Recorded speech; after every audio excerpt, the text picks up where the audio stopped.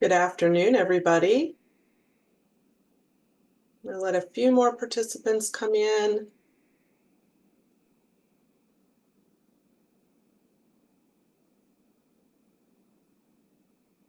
Okay, good afternoon, and welcome to the Docs with Disability Access in Nursing program panel on women with disabilities in nursing.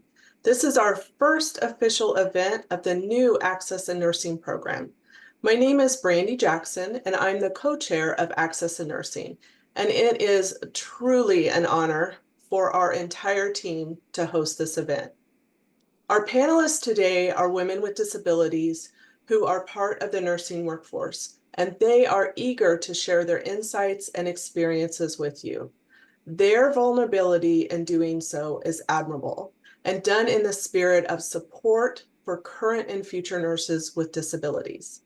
Together, our program, the larger Docs with Disability organization, and our panelists are committed to fostering disability inclusion and dismantling barriers in nursing education and practice. Before we begin, I want to extend a heartfelt thanks to our main sponsor, the University of Michigan Center for Disability Health and Wellness, whose unwavering support has made this event and all of our panels this year possible. A special thanks goes out to our entire community of partner organizations who have played a pivotal role in helping disseminate this information and get you all here to this webinar. They include the American Association of Colleges of Nursing, Association for Higher Education and Disability, Association for Medical Professionals with Hearing Loss, Disability Lead, Exceptional Nurse, Johns Hopkins University Disability Health Research Center, MDisability Program, Department of Family Medicine, Michigan Medicine, and Stanford Medicine Alliance for Disability Inclusion and Equity. Finally, UC Davis of Medicine Center for a Diverse Healthcare Workforce. Finally, today, we have sign language interpreters and captioning. Should you need technical assistance, please alert us via the Q&A feature. And speaking of the Q&A feature, please feel free to enter your questions using the Q&A feature at any time. We've left time at the end to address your questions. And a recording of this webinar will be available on our YouTube page in about 2 weeks. Now I am pleased to introduce our co-moderators, Drs. Carter and Meeks. Dr. Bridget Carter serves as the Chief Diversity, Equity, and Inclusion Officer of the American Association of Colleges of Nursing. Before her role at AACN, she was Associate Dean for Diversity and Inclusion at Duke University School of Nursing.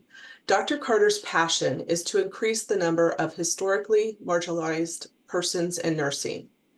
Dr. Meeks serves as director of Docs with Disabilities Initiative and is an associate professor of family medicine and learning health sciences at the University of Michigan. Dr. Meeks is an expert in disabilities and medical education and helped to inform policy and best practices in the area of disability inclusion for medical education, training, and practice. These scholars bring a wealth of information, and I am now going to hand over the reins to our very capable, lovely co-moderators, Drs. Carter and Meeks. And thank you so much for joining us. Thank you so much, Brandy. We really appreciate that introduction. And first, I would like to say Happy Nurses Week. This is definitely a time of celebration for nurses, and we celebrate each and every one of you. Today, we just want to take a moment to introduce you to our panel. So we're going to ask them to begin those introductions, and then we'll move into our questions.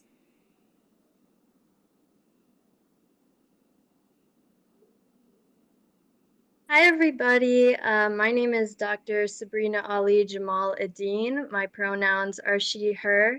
I completed my PhD in nursing with a certificate in disability ethics from University of Illinois, Chicago. I am an Arab disabled queer woman. I have multiple non-apparent physical disabilities, including a connective tissue disorder, and I've also undergone multiple 12-level posterior spinal fusions that cause me chronic pain. I am now a postdoctoral researcher in UIC's Department of Disability and Human Development, and I'm on the board of directors of the National Organization of Nurses with Disabilities. I am not currently practicing clinically. Happy to be here.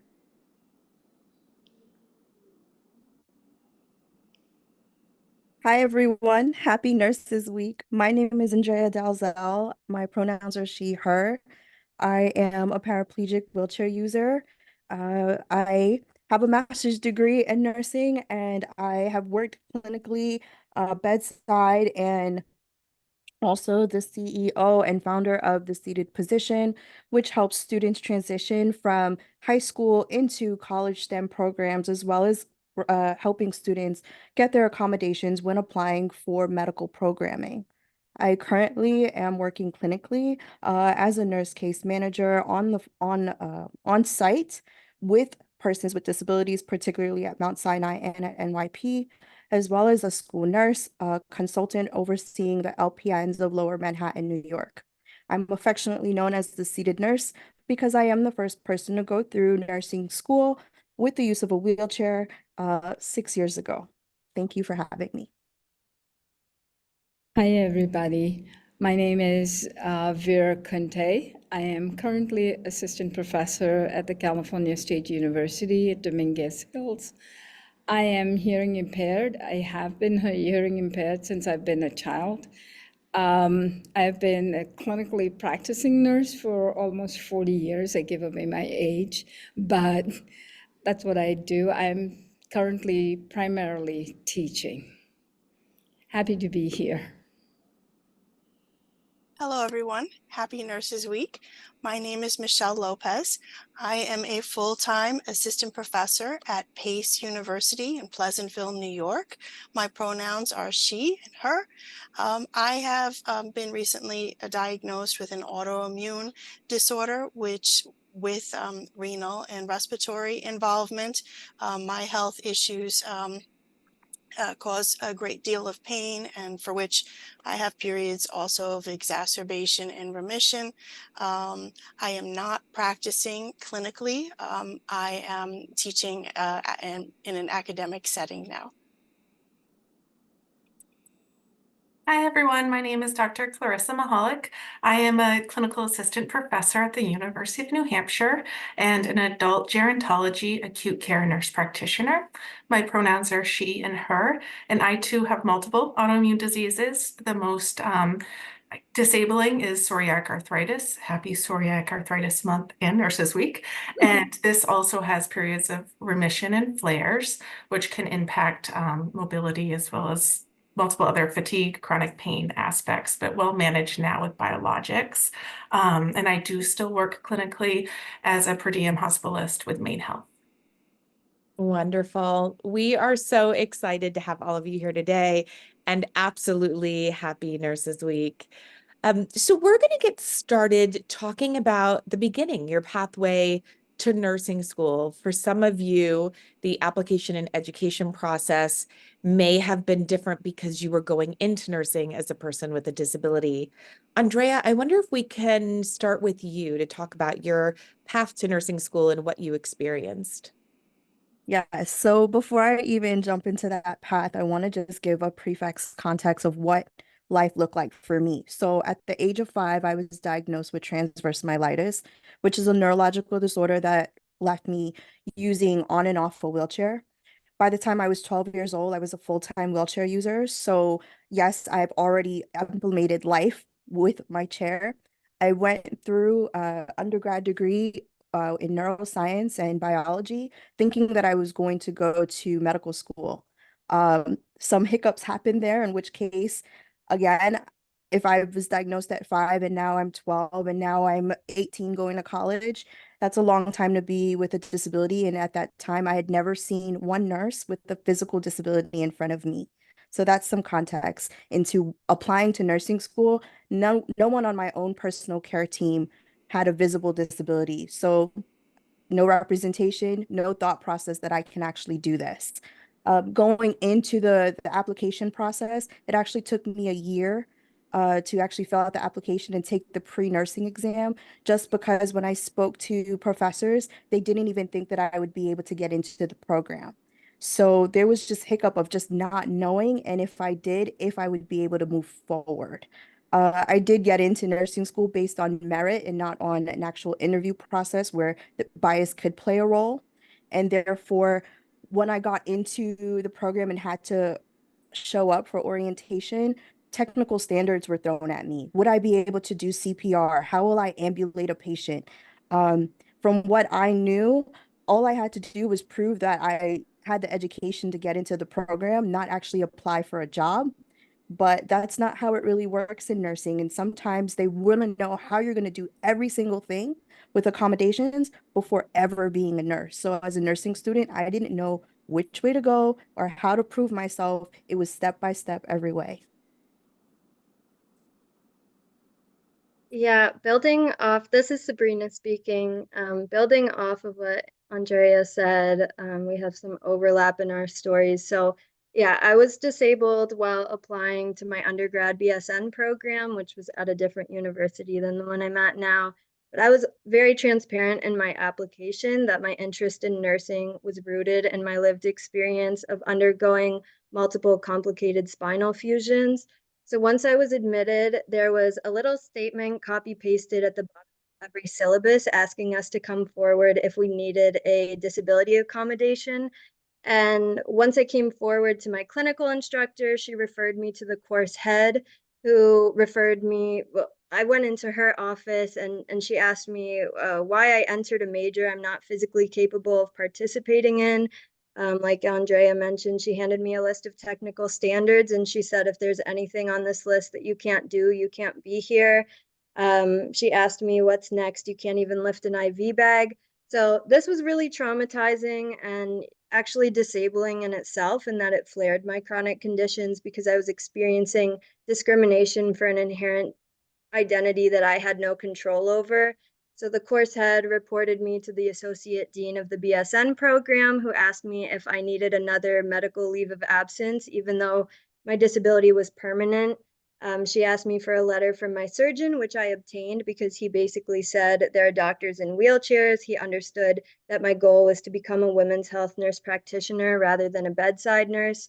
So after this, the administration basically brushed it under the rug like it never happened. But yeah, I'll stop there. But that was my experience of going through a BSN program with a physical, non-apparent disability.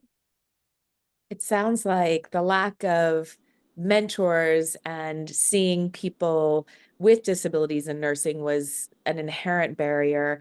And then what I find so interesting is that, Sabrina, you then recount that the person who actually assisted you in making sure that you got through that period of time where people were trying to get you to take a leave of absence. I love how you say, even though it's for a disability that is chronic and lifelong, right? And we see that a lot in medicine, that it was someone who understood and had, it sounds like, some power or privilege in the space, who then advocated for you, which is often, I think, when we think historically about success stories, it's often because of one person or two people sponsoring an individual, versus a systematic commitment to disability inclusion in health professions education.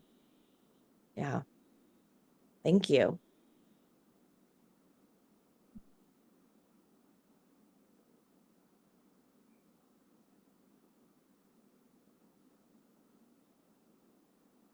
And Bridget, you're muted. Thank you. Thank you so much for that insight from both of you. We're going to move into another question that asks more about knowing that these disabilities can happen at any time. I think I've experienced that myself, whether that is acute or chronic. So we know that some of you have acquired your disability after you finished your training. So what barriers have you experienced now entering practice, now that you've successfully exited nursing school, and what were those adjustments like for you? Well, I can answer that in the sense that I lost my hearing and I've been hearing impaired since I've been 9 years old. And Soon thereafter, in my teens, I had surgery on my right ear. So I was able to get through both high school and nursing school in India without much of a problem. But, nothing lasts forever, and I progressively started losing my hearing. By the time I migrated to the US and I started looking for a job, I was turned down for many job offers, and I didn't understand it in the beginning as to why I was not being offered jobs. It turned out either people thought I didn't know enough or they thought I didn't speak English. And then I realized that my hearing had reached such a critical level that I couldn't even hear people speak. So I got my hearing aids at the age of 22 when I first migrated to the US. And like everybody else, a new migrant, a person of color, I was afraid to disclose that I was disabled. Not until I actually got the job. So I didn't tell people that I was disabled. I was also young, I was vain. I didn't want to show that I was wearing hearing aids. So I managed, and I think like every other disabled person, nobody quite understands what you can and cannot do. They like to tell you what you can and cannot do. And until I practiced in certain fields, I knew what I was capable of. And I have been practicing for the past 40 years. I've been a practicing clinical nurse. I worked in the ICU, I worked in ED. I even worked as an acute care nurse practitioner for a while. But at each stage, I kind of tried it out. I saw what my capabilities were, what my limitations were, and then looking for the correct fit, in terms of what atmosphere or environment fit me the best. And today I'm primarily a teacher, and I teach nursing. New challenges with hearing loss, but I can do it. Thank you, Vera. When you talk about hearing loss, that's one of the long-term effects also associated with psoriatic arthritis. So something that we anticipate potentially occurring. But I actually graduated in 2007 without any disabilities or really active issues. And my goal in nursing was to help find some cures for autoimmune diseases that were in my family, most notably my brother being a type 1 diabetic. But, after my education, and I was, on the track and field team at a Division I school, setting school records, conference championships. And I remember hearing just an off statement by an instructor in our fundamentals class that somebody couldn't be a nurse if they couldn't clamp an IV tubing device because of their hand strength. And it just stuck in my mind. But then fast forward about 4 years out of nursing school, and that actually became me. I could no longer clamp IV tubing, open the medication, the pill packets, and various other small tasks, as well as overall large body tasks due to decreased ability to really ambulate well and get out of bed due to this inflammatory arthritis that just came out of nowhere. And that really changed the trajectory of my career, my nursing career. I was in ICUs working as a travel nurse, and then I had to find different paths, manage my disease first with biologics, and I transitioned to an acute care nurse practitioner role to have a little less bedside contact there, and potentially the issue of immunosuppression with biologics was really why I opted for that. But given the nature of chronic inflammation and flares, there were times that, I needed an assistive device using a walker. And I don't take pain medications beyond over-the-counter medications here and there, but I went into work with a walker. I think I'd picked up an overtime shift, and I didn't want to call out and disappoint my colleagues because we know how that can be in nursing. And I thought, well, my mind's working. I can still take care of patients. Let's go. And I was told not to come into work again if I had to use a walker, because if somebody needed CPR, I would not be able to perform it despite maybe 30 people on the floor holding a BLS certification. And it really wasn't until 2020 where I took a step back and weighed risks and benefits, biologics, COVIDs as in the epicenter in New York City. And I did have accommodations during that time, but 6 months in, those accommodations were no longer, and it was return to work or find something else. And that's where I catered my pathway in nursing to meet my disease needs and entered academia, which I'd always wanted to do. And I'm very happy to be here, but different than I would have thought 17 years ago where I'd be. So it happened very unexpectedly, and it really has changed my progression and working and career. Thank you, Clarissa. I'd like to add to that as well. My career in nursing has changed in the last few years since my recent diagnosis. I used to be able to go to clinical. I was once turned away from clinical because I needed a cane to walk. I had issues with strength, some joint issues as well, and I was not given accommodations or not permitted accommodations, I suppose the terminology would be, and the trajectory of my career changed from that moment, that event. I've had other workforce experiences for which in academia, I've had assignments to teach 6-hour lectures all in one day, which I found to be very physically demanding for my health issue. And when seeking to have alternative assignments was not supported, and experienced some ableist types of comments and attitudes. Those are some experiences that I've had that I'd like to share. So thank you. No, thank all of you for giving us those perspectives. I think it's really important. I was actually just reading one of the questions that was submitted, and because you all are in academia now, I'd like to go ahead and ask that. And of course, anyone else can chime in, but there's a person who is newly appointed to disability service specialist position. So their question was, what can they do for their current students? What would you advocate for your students, especially as academics, and even for people who are in the clinical setting? I think it's really important for us to think about what advocacy looks like. And anyone can take that. Well, I can say something in terms of in academia, somehow we still seem to be stuck in thinking that nurses have to be able to function as working nurses rather than saying, does the student have the academic competencies to pass and to become a nurse.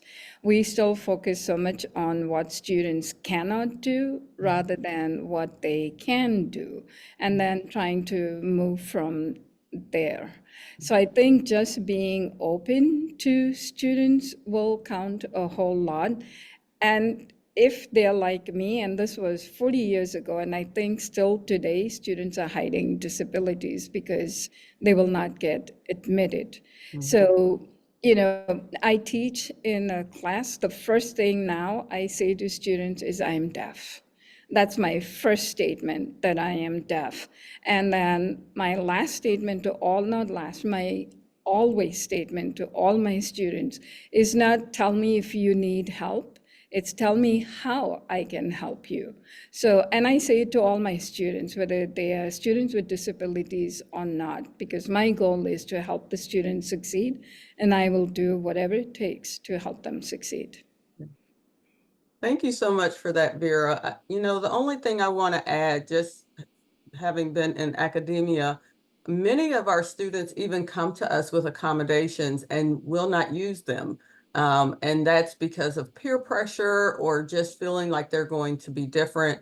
And when I think about advocacy, I want to advocate for them and say, use your accommodations, and they're given to you for a reason. How can we support you with those accommodations? So as a faculty member, if we actually come out and show students that support, that this is something that we would love to help you with, versus, like you said, always being a challenge for them to present. I think it's really important for our faculty to think about that, or anyone who engages with students in the academic setting or clinical setting. You know, I really liked the point also that Andrea had made about she felt like she was applying for a job and applying for nursing school. And I think we have to have an open mind too about how diverse nursing can be in the roles. It's not that standard med surg scenario, although that's my world, and I do think there's the greatest need. But there's so many different roles, including virtual nursing, you know, EICUs, and there's so much that a functioning and happy and helpful, happy too is important, and mental health is important, but a functional mind who's willing to answer those questions. And having encountered more patients too, with either it being the autoimmune diseases of my family members or my own, I think it adds such a dimension to care and understanding and advocacy for your patients too. So having workforces members that include those is important. So Thank you so much. Lisa, we'll turn it back over to you. Yeah. Well, I find it so interesting. I think this conversation is flowing quite naturally. I'd like to keep it in the realm of accommodations. You know, we were talking about how do you encourage your learners to get accommodations. I'm wondering, and we have so many DRPs. Welcome, DRPs. We love you. We're glad you're here, asking these great questions. I wonder if any of you that had accommodations or went through that process in school could speak to your experience. And I think maybe through sharing your personal experience, we could come up with a list of, you know, these are the things that are helpful and facilitate access, and these are the things that might be harmful, and have people fearful of disclosing disability or requesting or utilizing their accommodations. This is Sabrina speaking. So yeah, I want to share my personal story with disability services. And real quick, before I jump into that, I just want to mention, in terms of academic accommodations, there's a lot of pathologizing of certain accommodations over others. So learning disabilities are accommodated for a lot more and accepted within nursing education as like, yeah, this is an accommodation. It doesn't matter what major you're in university. This is an acceptable accommodation versus physical accommodations, or those that are helping people who need physical accommodations are pathologized more. And we also saw that in what Clarissa and Michelle described with the cane and the walker being pathologized. That's an assistive device that people are pathologizing, and they do the same thing with accommodations. So speaking about my experience with disability services, in undergrad, I experienced, there was just a complete disconnect between disability services and clinical majors. So even though I had a physical disability, I was offered extra time on tests, which I never used. I did not receive any clinical accommodations, despite that being what I needed accommodations for. And then after the hell I went through with almost getting dismissed from my program because of my disability, I didn't want to draw attention to my disability anymore from the administration. So in terms of students not taking advantage of accommodations, that's also a factor in there. So I went almost 3 years of the clinical portion of my BSN program without official clinical accommodations. I was in pain during and after almost every single clinical. I would have to lay down sometimes for hours for my back to heal when I got home. And I depended mostly on my cohort to fill the gaps that disability services left, since they didn't offer me clinical accommodations. So most accommodations in higher education are focused on didactic settings, not clinical settings. And when accommodation coordinators are not familiar with what even goes on in clinical, they can't effectively suggest accommodations for clinical education. And Andrea mentioned this earlier, where like we don't know what accommodations we need if we haven't done clinical practice before. So we can't determine it for ourselves. So I definitely believe that clinical majors, nursing, medicine, PT, OT, dentistry, etc., need specialized ADA coordinators who have a background or expertise in clinicals, because a one-size-fits-all access specialist is not a specialist. Absolutely. Yeah, this is Andrea speaking. I'm going to piggyback off of what Sabrina has said. Thank you for mentioning some of the things that I've said before. Um, I didn't have accommodations going through my undergrad, and I want to start with biology and neuroscience because that is our gateway into nursing. There is a lot of biology and chemistry components before we even get to the program. And a lot of our disability resource personnel, anyone who's in a disability office, doesn't even know that first step. They do not understand that most biology departments or chemistry departments do not have accessible hoods to be able to practice with chemicals and so on and so forth. So now your prerequisites just to get to the program has already hit that first barrier, because now you have to prove that you can either, one, look above your hood and be able to use your chemicals accordingly, or you are trying to prove that you can show up to class and be fully functional and possibly have another peer help you through your setup so that you are not excused from that class or not given just a passing grade because you need it to get into the program that you're looking towards. And this is not just in nursing, this is just in medical and STEM in general. So not having disability resources to be able to say, yes, we can accommodate a student with a physical disability or a learning disability in this space is our first barrier. And then when you think about the lack of knowledge that we have when just getting into the nursing concept, it's saying that a student has to know what their accommodations are going to be before ever being that thing. So I am asking students applying for a nursing program to tell me what their accommodations are. Accommodations change from elementary school to primary school, and then in college, in general classes, it can be a world of different accommodations that may be needed to help this student along. And we're asking them to think as a nurse before even getting into their first orientation class.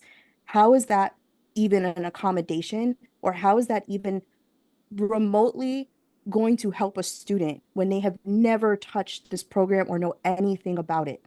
And then we say, well, if you can't do it, we'll have to excuse you. Well, one, that goes against the ADA, because a lot of these programs forget that once you have accepted a student into that program, you're accepting them based on education, not based on capability. So we have to get them through their educational part. Within nursing, we also talk about infection control and safety. How safe are these people going to be? Well, let me remind you that we are an evidence-based practice. We don't have the evidence base that's written down that we can turn to in a book, but we do have this nursing initiative. We do have what we've been working on with Docs with Disabilities and the AACN, and the information is out there. So I implore you to actually look up the white papers, because there is evidence out there that these students can make a difference and can do it without having to know what accommodations are automatically going to be needed, but instead allowing these students actually be students and work on this rigorous program up front and center without having to worry about thinking about their accommodations. So my personal story is that I had to figure out boxing so that I can do CPR from the seated position. I had to figure out what that meant to sit down for 12 hours versus standing for 12 hours, and what those differences might actually be, so that I can show it to nursing professors or showing to colleagues, so that they can say, oh, there isn't that real of a difference if I'm sitting on 4 wheels versus standing on 2 legs. The only difference I can tell you is that my back doesn't hurt at the end of the shift because I'm not on my. So, I mean, there's a lot of differences here that really play on a student even getting to the door of a program. But we need to be able to say, you know what? Not just give me what you need first or how best to help you, but let's actually show you what it is first. And let's see if you will be able to figure this out and how you will be comfortable in this space before saying you're not allowed, or we can't figure it out, or, this is the best that we can do. Because it's not the best, and we know we can do better. Wow, thank you both so much for sharing both your experience and kind of your ideas and your frustrations with the way that things are navigated in the educational system now. And I would say I 100% agree on the specialized disability resource professional. We're doing our best at Docs with Disabilities to train specialized providers. We have 2 cohorts now who have gone through our very rigorous 1-year training experience and will be turning in the future to specialized nursing DRPs. And that makes a world of difference. We have our trainees tell us at the end of that training, I had no idea what I didn't know. And I don't know how I've been serving students for 4 years when I didn't know all of these intricacies about the clinical environment. And so I think that's a make or break it personally. As well, Andrea, as you mentioned, the need for evidence-based or at least best practice related items. And we have those codified for that. How do you stay sterile if you're a wheelchair user? How do you navigate a lab environment? So much of that is embedded in the materials from Docs with Disabilities and other researchers. And so we try to share all of that on our website. I'll put some links in the chat while Bridget is facilitating the next question. There's so many questions coming in. Oh my gosh. It is exciting. I was gonna at first say overwhelming, and then I'm like, you know what? No, it's exciting. We're doing something pretty incredible here, and we've made such progress in medicine, and I'm really excited about the progress we'll make in nursing. So we will be reading your questions. There are almost 30 of them right now that we'll be sifting through. And we'll be putting some resources in as well. And for everyone who registered, we'll send you a list of resources at the end of this. But I'm going to turn it back over to you, Bridget, while I look through some of these. All right, wonderful. Well, this is actually a question for all of our panelists. And I tell you, this can be a difficult question, but we're really trying to understand your experiences and experiences of nurses with disabilities. So I'm going to ask you if you could possibly share with us if you've ever felt the need to hide your disability from others. This is Sabrina speaking. I can start. So absolutely, I would share my story about my acquired disability to my peers when I was in clinicals in my BSN program because I felt safe doing this, and they often filled my access needs.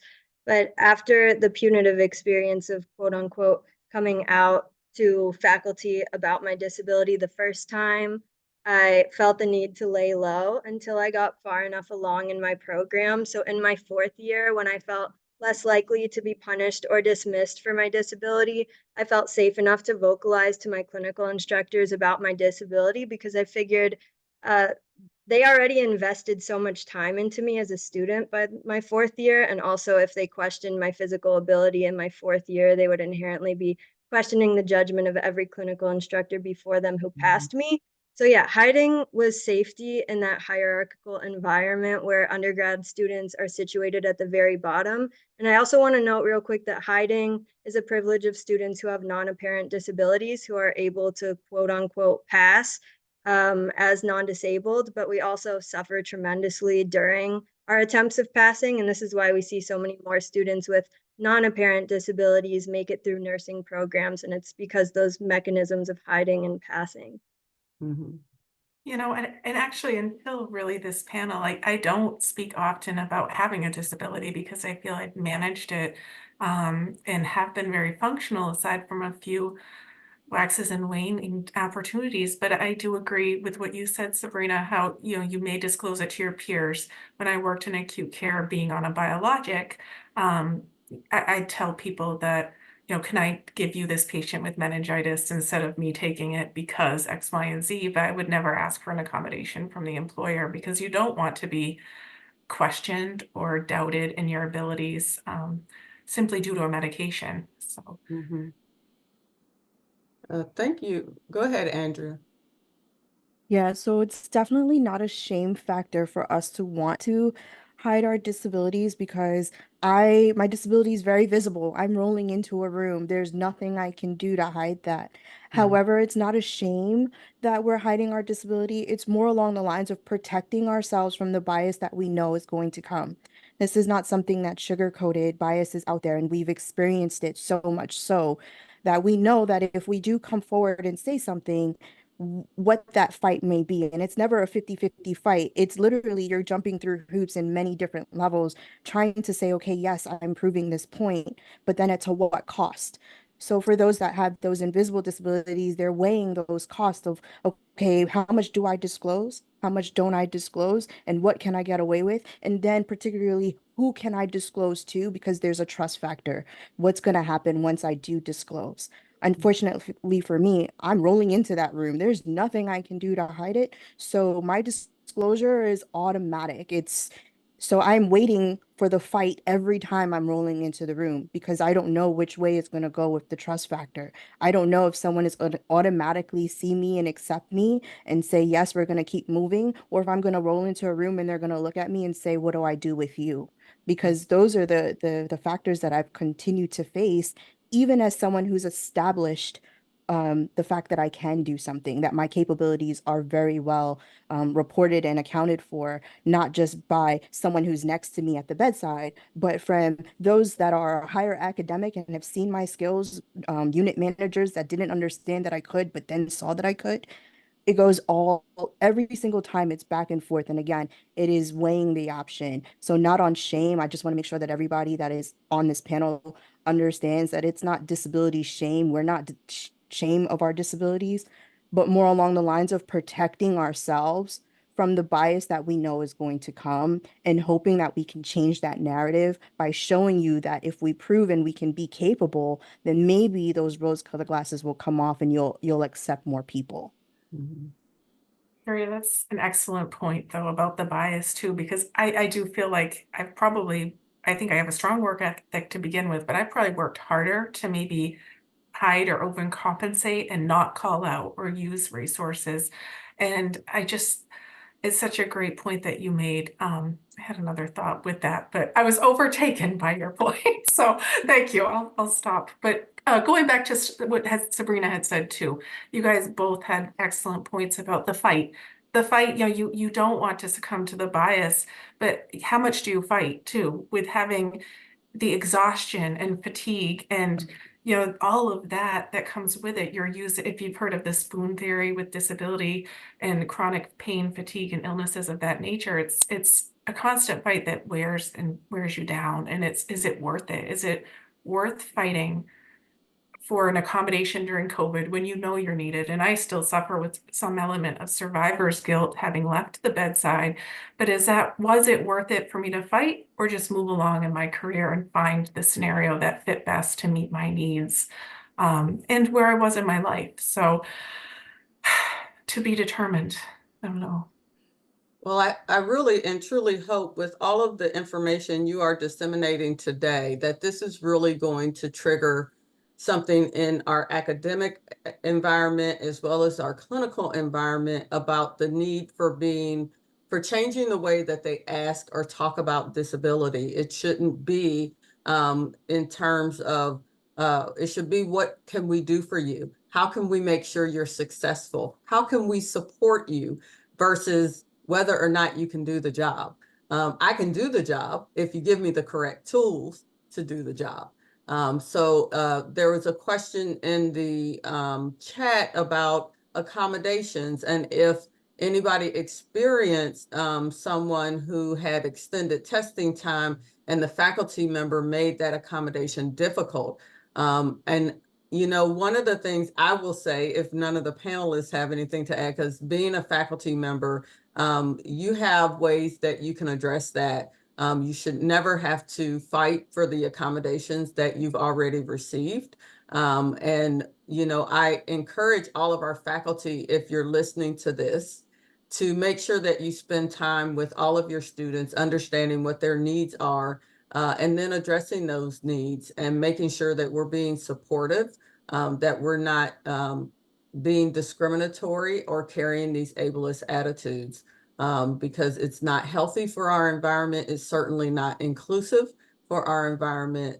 So we need to be the place that starts this, and then it will carry over naturally into the clinical environment because we'll be raising students who actually support how we care for people and our own nursing students with disabilities. I will quit my soapbox talk there. No, I love it. Bridget, you get out of that soapbox anytime you want. That's fine by me. I'm loving this conversation, and so is our audience, by the way. I am trying to keep up with all of these questions and comments, and just for the panelists, so you know, there's so much love and support for you in these comments, and people are very, very grateful. Lots of people saying, you know, I wish my faculty could hear this. Just a reminder, this is being taped. It will be on our YouTube page. And just thanking you for sharing your story. So I want to let you know we're kind of halfway through, and getting towards the end of our planned questions, and we'll be opening it up for full Q&A. But just to let you know, there's lots of support for you in these Q&A questions. So one of the things that I love the most is being able to work with faculty, work with institutions, and not only help them understand what ableism is and how we most of us are carrying some sort of ableist perspective, right? So attitudes are the biggest barriers when we get down to it, even if it's policies, procedures. It really is informed by people, and people are the ones that are kind of the hosts, if you will, of these ableist ideas. But I love being able to go in and share with people what the inclusion of disabled individuals in the healthcare workforce can do to remove the disparities that we see for patients with disabilities, what it can do to increase the empathy and the care and the quality of care we give our patients. I'm wondering if you can speak to the benefits or what you feel you bring in whatever role you're playing currently, whether that's as a clinical nurse or as an educator. What is the value of your disability experience? How are you bringing that into your practice? I'm happy to speak on this. I don't work in rheumatology now. It's my dream. Nursing does not have enough in the advanced practice role to meet the needs for breadth and depth of training. So I have been involved in the Rheumatology Nurses Society and RAP, Rheumatology Advanced Practice providers, but long-term goal, with lots of coffee, Dunkin' Donuts if you're out there, would be to create fellowship programs to really train our nurses and nurse practitioners to meet that need, because it's an area where a lot of specialties and maybe more of the hidden diseases or disabilities too that people don't recognize. There isn't enough training. We don't have enough specialists. Access to care is really removed, and basic recognition of disease processes among primary care. Conversations I've had with my doctor, you know, what would you do if somebody showed up with these symptoms like I had 10 years ago, or more than that now, but with my diagnosis? And the answer was just to put in a referral, and you wait a year and you're suffering, like without an answer, trying to live a daily life and work too. And that's just not acceptable. So trying to bridge that gap and find ways to improve recognition. I've spoken at various conferences to improve the knowledge of early diagnosis or recognition, to make the referral or start treatment for whether it be psoriatic arthritis, which I can speak of because I am with that disease, or other conditions in rheumatology. That's been my goal, and trying to bring that to practice in acute care too.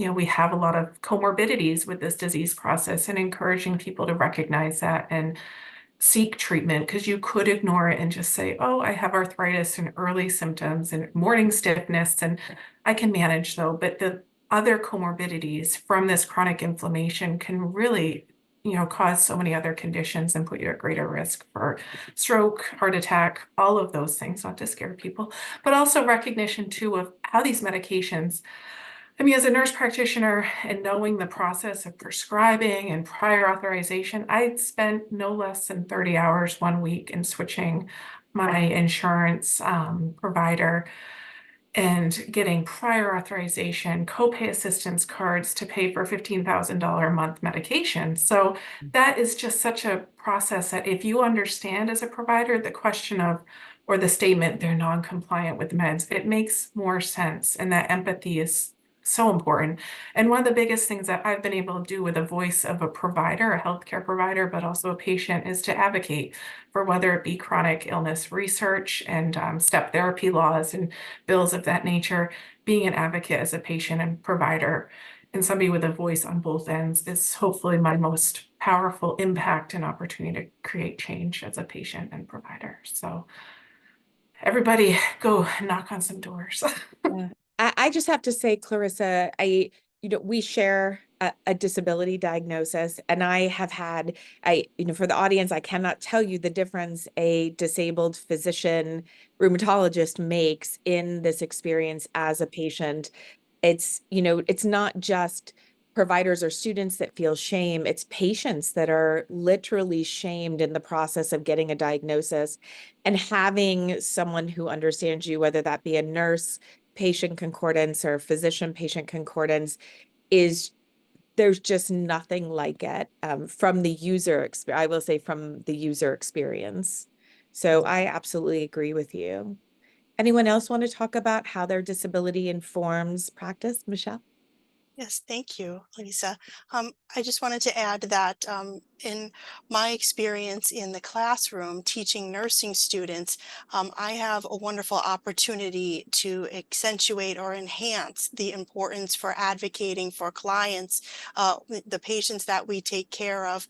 I talk from personal perspective. I feel safe in my classroom to share with my students some personal experiences, and I teach them about the importance of reaching all of our clients, being that advocate, really hitting home the importance of what it means to be a nurse, that we're here for a human profession, for caring. And I just find that having a personal perspective truly enhances my experience in the classroom. I come up with different types of activities where we do role playing.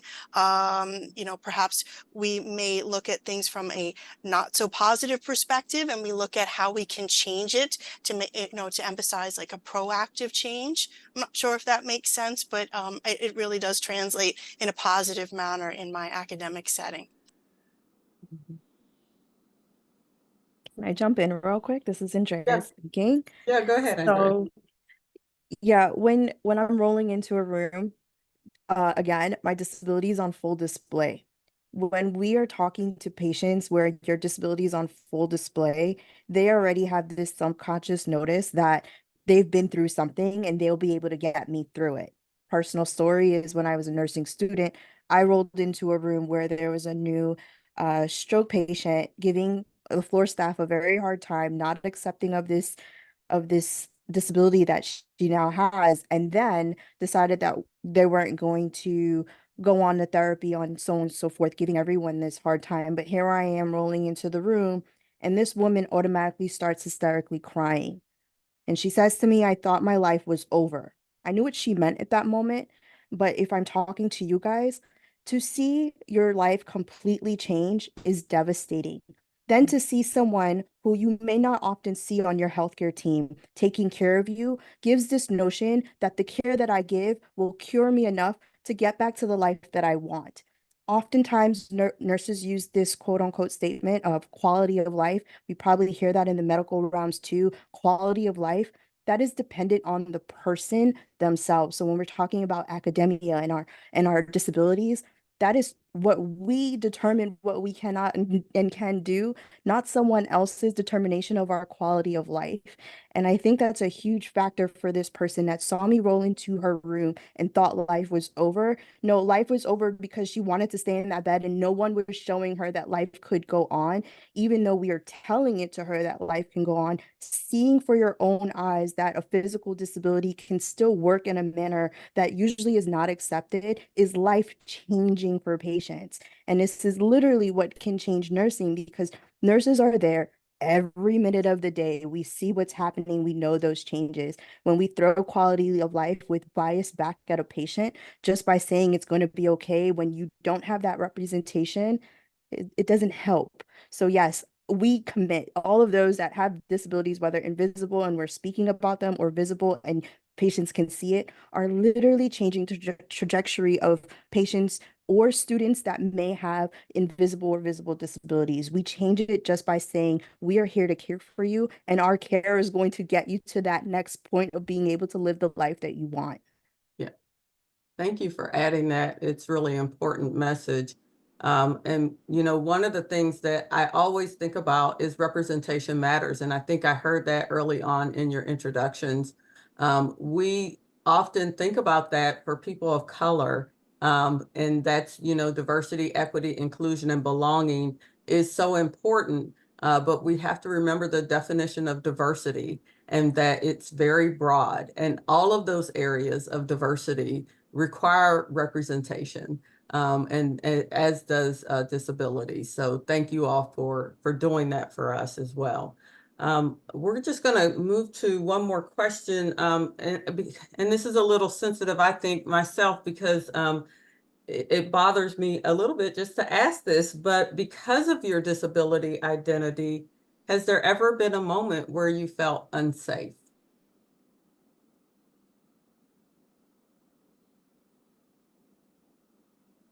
I would say COVID for me. The situation working in New York City at that time, we needed everybody. We needed anybody that could help meet the needs of the patient. And I had to really take a step and tell myself, you're at significant risk. We don't know anything about COVID at the time, but being on a biologic with immune suppression and higher risk, particularly of respiratory conditions and infections, it was very hard for me to step away. And I felt like after the time period of accommodations that were provided, if I didn't come back to work, I was going to be let go. That was the writing on the wall that I read. And I didn't want to pry and create difficult parting scenarios with my employer, because I was very grateful for the opportunity that I had. It was my first nurse practitioner job, and it was wonderful up until that point. And thankfully, I was at a point in my life where I could make a decision to move and change where I wanted to go. And it wasn't something forced totally upon me, but it did, that scared me, I think, more than anything. And it's very different than maybe a scenario that might be more apparent, but that was perhaps the only time I ever felt scared in my life with nursing. Now, as the flip side of that question as well, is if there's also a moment where you felt safe or you felt supported in your program. This is Sabrina speaking. Yeah, I think branching back to what we just were discussing with disability concordance, which is really similar to racial concordance and the benefits of that, we need that in nursing practice, and we also need that in nursing education. So I'm gonna switch gears to when I felt safe and supported, because this is so possible to do. When I quote unquote came out to my clinical instructor in my 4th year, once I felt far enough along in my program that I felt like I wouldn't be threatened for dismissal, I had an amazing clinical instructor who responded by saying she had acquired a back disability herself from nursing, so she understood completely. And then with my permission, she gathered my clinical group and explained that nursing is a team-based profession and that we all help each other out always. For example, we always need to grab a peer when lifting a patient up in bed. And then she basically said, Sabrina has a lifting limitation related to her back. So whenever Sabrina is lifting a patient up in bed, I want 2 peers to help instead of just grabbing 1 peer. So we did this, and I felt so much safer, and I experienced so much less pain. And this is what disability justice activists call interdependence. And it's rejecting the idea that anyone is actually independent and can do everything alone. And I mean, look at our policies in nursing. We double check each other with blood transfusions. There are so many things that we don't do alone because we understand the importance of interdependence. And then my final clinical, which was community nursing, we were at like a food bank ministry sort of thing where we distributed food and provided basic health screenings. And that nursing instructor that I came out to always assigned me a job with minimal lifting and made sure that I always had a chair.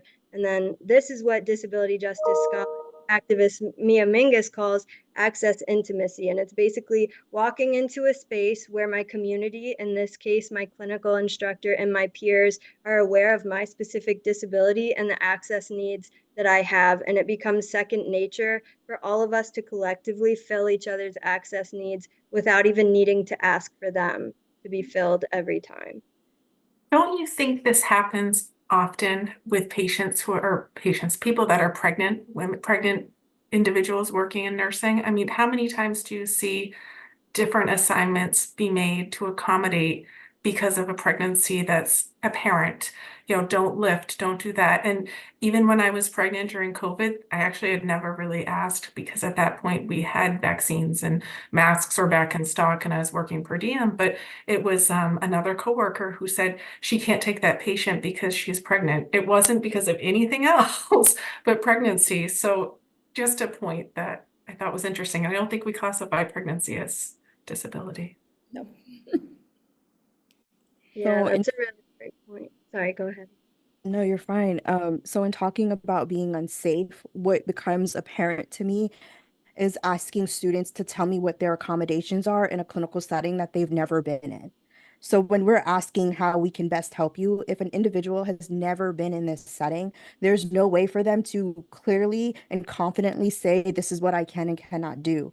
And putting that pressure on that student, and I'm taking this to academia, like putting that pressure on that student from day one is not allowing that student to effectively learn and understand what it means to speak up when they aren't being safe, because they're already putting in accommodations for themselves, thinking that that's what's going to be best and what's going to work, versus actually working in the clinical practice with other nurses who will look and see how we can best assess the situation and help them through that accommodation and making sure that it's safe. Because of the fact that we don't have ample amount of evidence-based practice, a lot of our academic nurses will say, we don't know how best to help you, and so on and so forth. Well, I'm going to turn it over to the working side of this.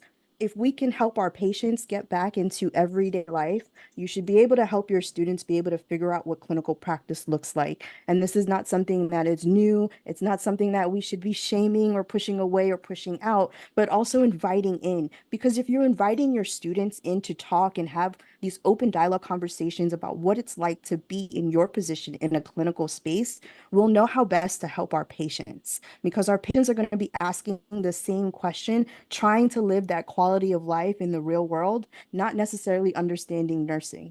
But nurses will understand how to figure out the problem and the solutions just because you're putting them in the space and giving them the tools to play around with. And if we can't do that for a student that's entering into the program and trying to just pass a knowledge-based exam, then we're doing a disservice once they get to the workforce. Mhm. I want to just say amen. I feel like I'm in church, but I'm also tearing up over here, trying frantically to keep up with these questions.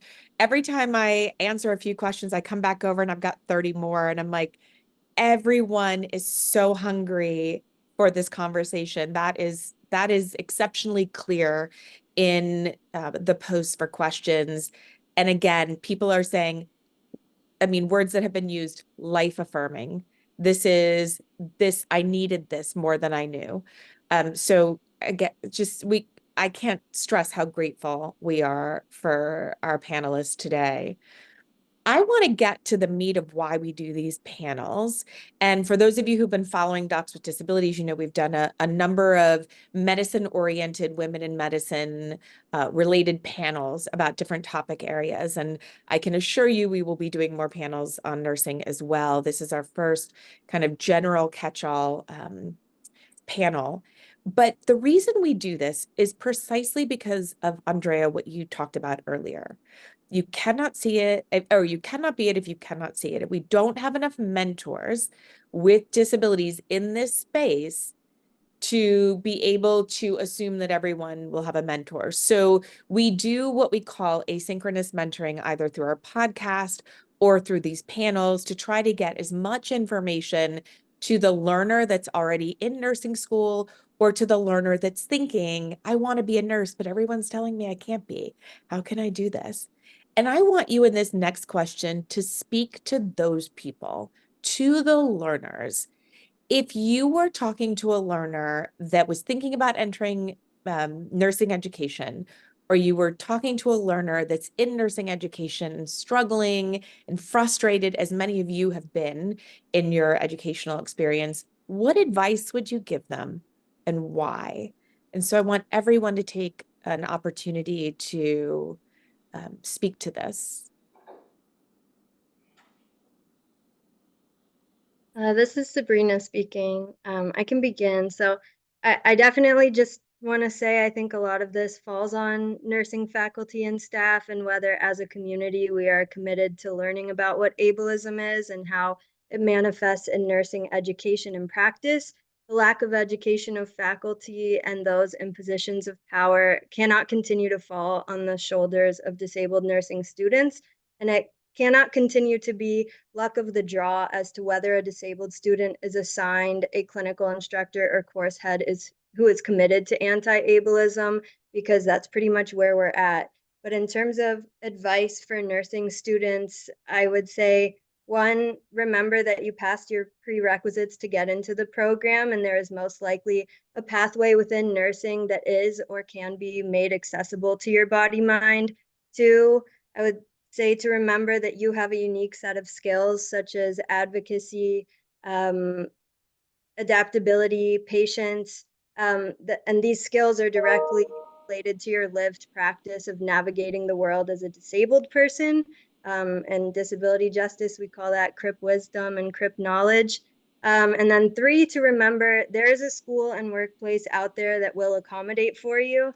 And I want to note that the intersectionality of socioeconomic status and race so heavily plays into this by impacting who has the economic privilege to stay in nursing after being dismissed or discriminated against, and who is implicitly discriminated against compoundly or simply not being invested in on the basis of race, because racism is very real in nursing. I've experienced and witnessed plenty of racialized microaggressions within nursing education and clinical. So really, I urge those in positions of power to make your university or workplace one which fosters belongingness for disabled nurses, students, professors, and disabled patients as well.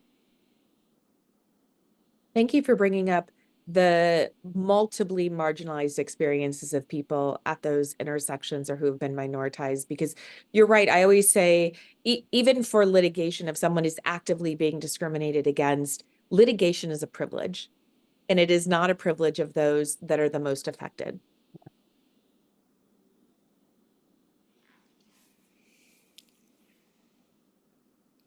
Others, what advice would you give and why?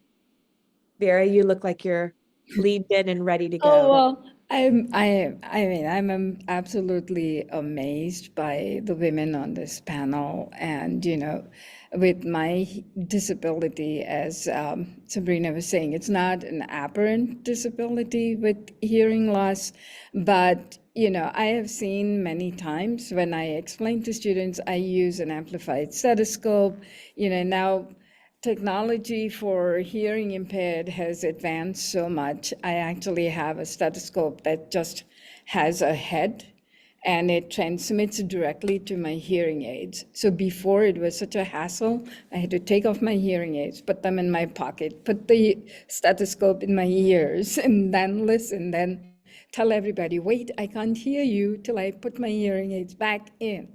So now I can do that very easily. There's so much out there. And then I am surprised at how many students would tell me, I don't hear well. And then I offer them my stethoscope so they can see what they're missing. They can hear what they're missing. So, I know you're asking about what to say to students, but all the time I'm listening to all of these women, and I've been in academia for as many years as I've been a nurse. And I keep thinking about what would I say to my fellow academics, who have such closed minds. The first thing they want to discuss is, do these people even belong here? That's the first response. So as Andrea was saying, the door is closed even before you apply. Like nobody's even willing to consider that nurses with disability, I hate saying disabled nurses, but nurses with disability can do stuff. We don't have to stand, right? Andrea is right. Why do we have to stand? It's a very paternalistic thing that I'm standing towering over the patients. Patients themselves have said it's more meaningful if I sit beside them and talk to them. So why the necessity to say, can you stand X number of hours? Can you lift X number of things? It's not necessary. We can definitely accommodate students, and nursing, like Clarissa was saying, it's one career choice, but the roles are numerous, too numerous to count. We don't have to train nurses to be inpatient bedside nurses. You just need to be smart enough to be able to recognize and rescue your patients. That's it. And Vera, I put the link for AMFL in the chat, sent it out to everyone. AMFL is one of our partner organizations sponsoring today's event. We love what they do. It's the Association for Medical Professionals with Hearing Loss, and they work across all professions. And so they have one of the things that they have that I love and I talk about all the time is they have a chart of different types of amplified and digital stethoscopes. So if you are someone who experiences hearing loss and you're trying to figure out how you might navigate a clinical environment, please head over to AMFL and follow them on all of their social media handles. They put out some really, really good stuff. And they've been a great friend of the Docs with Disabilities organization as well. Thank you. My best friend is my audiologist, who basically, she knows what my limitations are and what my challenges are. She's always looking out for me. We're all always looking out for organizations and stuff that have these kind of adaptive devices for people who with hearing loss. Thank you. I will look them up. Bridget, you want to go to our last question? So we have about 15 minutes for the audience. Absolutely. And I think actually Vera has tapped into that a little bit. Yes. And I'm very sensitive to this question, being a nursing faculty, but what could or should nursing schools do to welcome students with disabilities, and how can they become more inclusive? I'm going to kick this off. This is Andrea speaking. So I have already mentioned some doors that are closed before even getting to the program door. I think that cohesively, those that are in the disability offices, those resource personnels need to understand what contracts are being put in place with the programs so that we're not excluding those with disabilities from the contracts that we even go into with partners. So our faculty in nursing, please just review your contracts that you're putting out with your facilities, because it's under the ADA. It's not that you can exclude a student from a learning perspective, sorry. It is that you have to understand that your contracts include for those with disabilities, and it should be known to all of the faculty, because it's not just about the college taking on we will do everything in our power to accommodate. No, this is actually, if a student is in your programming, you have to accommodate. This is not a workforce situation. This is not even trying to figure it out, especially because nursing is focused on getting you to pass the NCLEX, which is either very accommodating in the way that they either do paper exams on the computer exams, private room exams, audio coverings. There's so many different levels to even just the exam accommodations that if we're not applying those exam accommodations in the classroom, then we are not doing what we said that we were going to do ethically as nurses who took the oath. Okay, because we know what comes with that oath. It's to protect our patients. And guess what? If those patients are coming back to be our students, we have to protect them there too. And I think that that is the most important thing I can tell anyone listening, is to just review your contracts first, because the moment you tell a student that you can't do something, they have the obligation now to go back and run those contracts and look and see what you were telling them is actually true or false.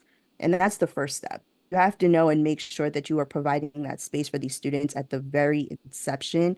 And schools and colleges should not just be looking at their nursing program to establish this, because there's social work programs, PT, OT programs that we are all interdisciplinary, working together. So therefore, we have to make sure that those contracts off the bat are just in alignment to ensure that all students can access the program. Thank you, Andrea. This is Sabrina speaking. I'll add also just it's really important to educate everyone about disability and ableism and building from disability justice activists, because what we were mentioning earlier, like Lisa was talking about, not everyone benefits from disability rights and legislation and litigation who has access to that. So it's really important to understand disability justice and educate everyone and include it in conversations on diversity, equity, and inclusion. Like, disability needs to be in there and it's left out so often. What Andrea was mentioning with like accommodation and accessibility should not be optional in school. And you know, reflecting on what Clarissa mentioned earlier about like pregnant people being accommodated for, thinking about how quickly schools accommodate for students with temporary disability, but then the minute that it's a permanent disability, it's a problem. So like thinking back and critically about everything we do in nursing education and practice, looking for those areas of hypocrisy and where we're just excluding people because it's normal to exclude them, because this is what has been done for forever, because we can't think of it ourselves, that then we just don't learn how to accommodate for it. And it's challenging. It takes time to learn new things, but it's really important. And then also just hiring disabled professors and researchers. It's so important to have those voices there present and in these conversations. Thank you so much, Sabrina. And, you know, I will add a little bit to that, just because I think in terms of welcoming our students, I think one of the main reasons we experience bias and discriminatory behaviors is because there's a lack of knowledge. And so one of the things that I think is critical is for us as faculty to educate ourselves on disability, the rights around the students' rights, the patient's rights. I mean, we have to explain this to our students. We should be well versed in this, and I can tell you that we're not. Invite your disability office over and have them help you understand, talk about accommodations, how you can best support accommodations. They're making it so easy now, even for testing. They're setting up testing offices, and so you don't even have to organize that. The students kind of go into systems. Just, I'm sure that depends on where you are, but I know they made it extremely easy for us. So it wasn't something that was a challenge, but people see it as a challenge because it's something different. So I think we just have to educate our faculty in this from the very beginning. You should be getting that, Sabrina, in your pre and postdoctoral programs, so that this is something that we carry with us, and not that, you know, we only get when we get to the setting and then we're trying to figure it out. So I think that's part of it. I want to make sure that I also just mention, this is Andrea speaking, that again, it doesn't start at the door of nursing, right? You have students that are projected to go to nursing when they're in other undergrad programs, whether that's biology, chemistry, or any other STEM related field, and they can face those barriers before even getting to the nursing profession. And if we would love our students to keep coming in and turning into the faculty, with the so-called shortage of faculty that we have to even have education for our students, I think we also have to look at those programs, those prerequisite programs, and making sure that the door isn't closed for students with disabilities coming towards us. I think the moment that those doors are closed, you're automatically saying that those students aren't welcome. And we know that STEM has that problem. So if STEM has that problem, obviously it's going to compound when it comes to nursing programs, no matter where you are in the nation. So therefore, I'm going to implore that those that are in leadership in these nursing programs look at what their prerequisites are for their program and make sure that those accommodations are also being spoken about at those departments, whether it's biology or science or anywhere else, because you do not want the door to close before your students even have a chance to get to you. Right. Right. And we want to make sure that academia in general is allowing for students to be able to find safe space, even outside of a disability resource office, because like we said earlier, a disability resource office doesn't even know what a clinical setting looks like or what that would be able to portray for a student with a visible physical disability, let alone someone with an invisible disability. And if they don't have that communication or language to be able to help a student navigate, again, we're closing the door before they even get to us. So I tell you guys to please, not just in nursing, but look at your counterparts on what requirements are for that nursing program, and making sure that we're having that conversation, not with just within our colleagues and our peers, but those that are in intersectional professions with us. And I want to point out there's a lot going on behind the scenes. I don't know, Bridget, if you want to bring up any of the things that are going on. I don't know if those are public yet or not, but I will tell you the Macy Foundation hosted a 3-part series, and we partnered with AACN and the Macy Foundation and Johns Hopkins Center for I don't want to get it wrong, but disability studies, something of that nature, disability health, I think.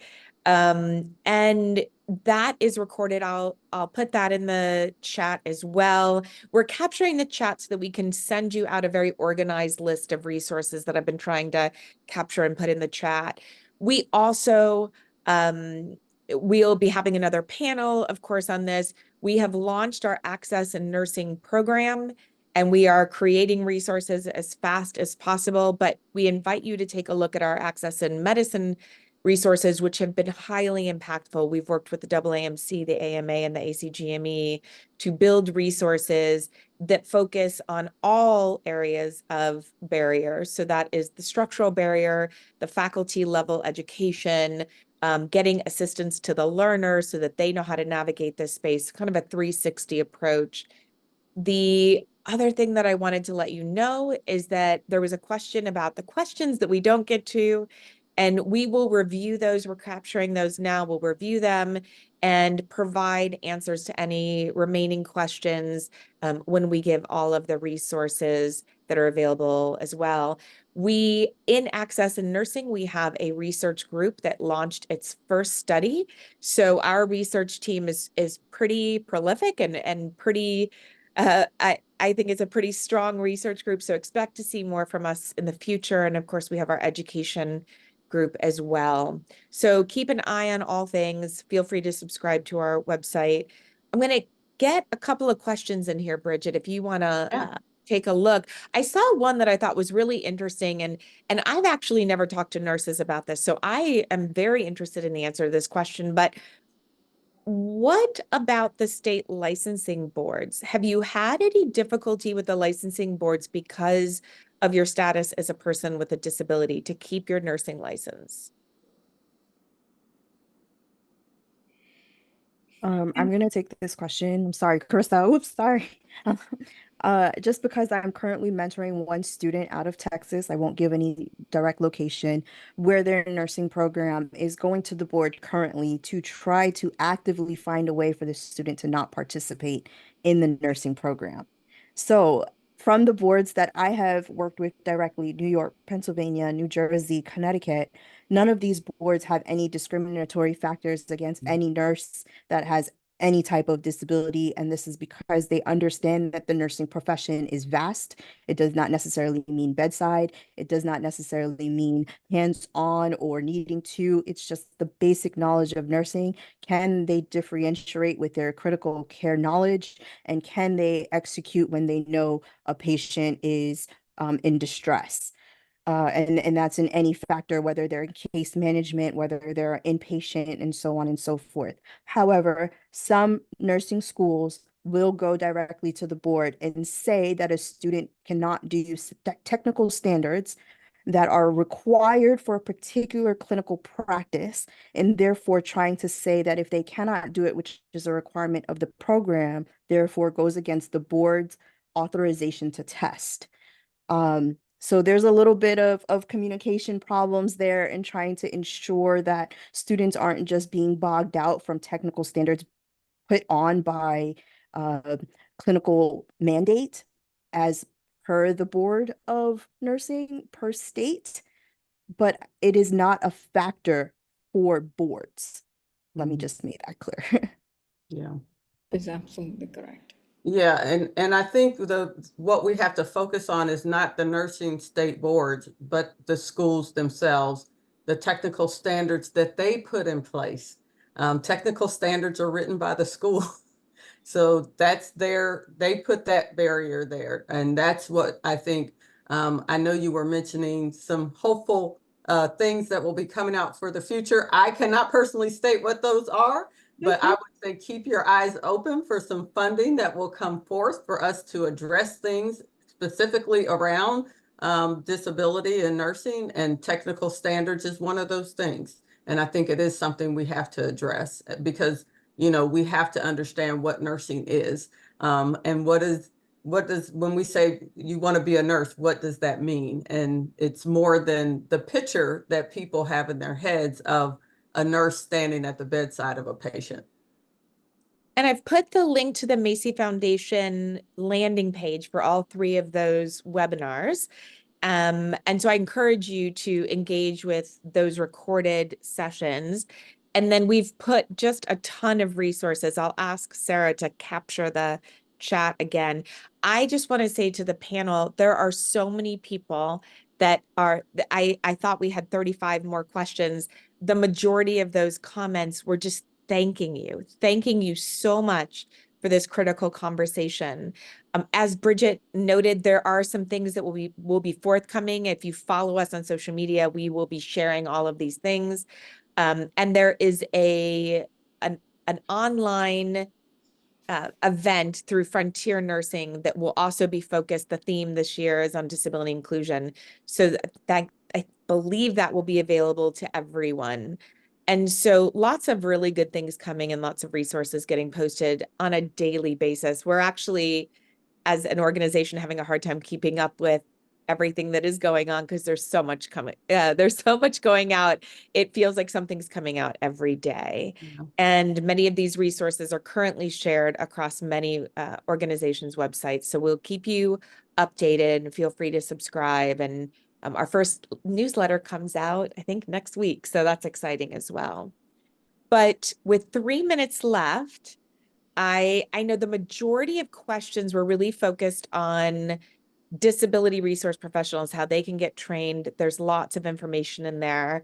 And what types of accommodations to use. It seems like very much what you pointed out at the beginning, what all the panelists talked about, was the need for someone to understand what can be done. And for that person that's in charge to be going in with an open mindset, with an outside of the box perspective. I recommended going into sim labs.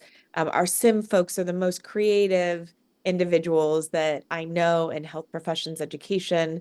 So I think there's lots of opportunities, and we'll take a look at the questions that you've left, and we'll try to answer those in that sheet that we wind up sending you. We will send you out a survey. It's a very brief survey, like 4 questions. You'll get one from the University of Michigan on the platform and the accessibility, and you'll get one from us about the value of the content. Please, please, please respond to that survey. That information is used to write letters for promotion and tenure for all the panelists that you see here today, and to write thank you notes to them. So we like to share all the love you have for the events. And I think with that, Bridget. Yes. Just want to thank everybody for their participation. This has been just a beautiful dialogue. I've been so grateful to be a part of it. So thank you, Lisa, for having me. Absolutely. And thank everyone for signing up. And when this comes out on our YouTube page, for sharing it. It sounds like a lot of you want to share it with your administration. So I'm going to endorse that and encourage you to do that. And to our panelists, just so much love for your vulnerability and for coming here and discussing your experiences, which I know can be difficult, and doing so in the service of others. And we really appreciate that. And there's just so much love for you in the chat. We'll be sure to share it with you. Thank you all so much, and continue to follow us to see what events we have coming up. And have a lovely evening. Bye-bye. Bye.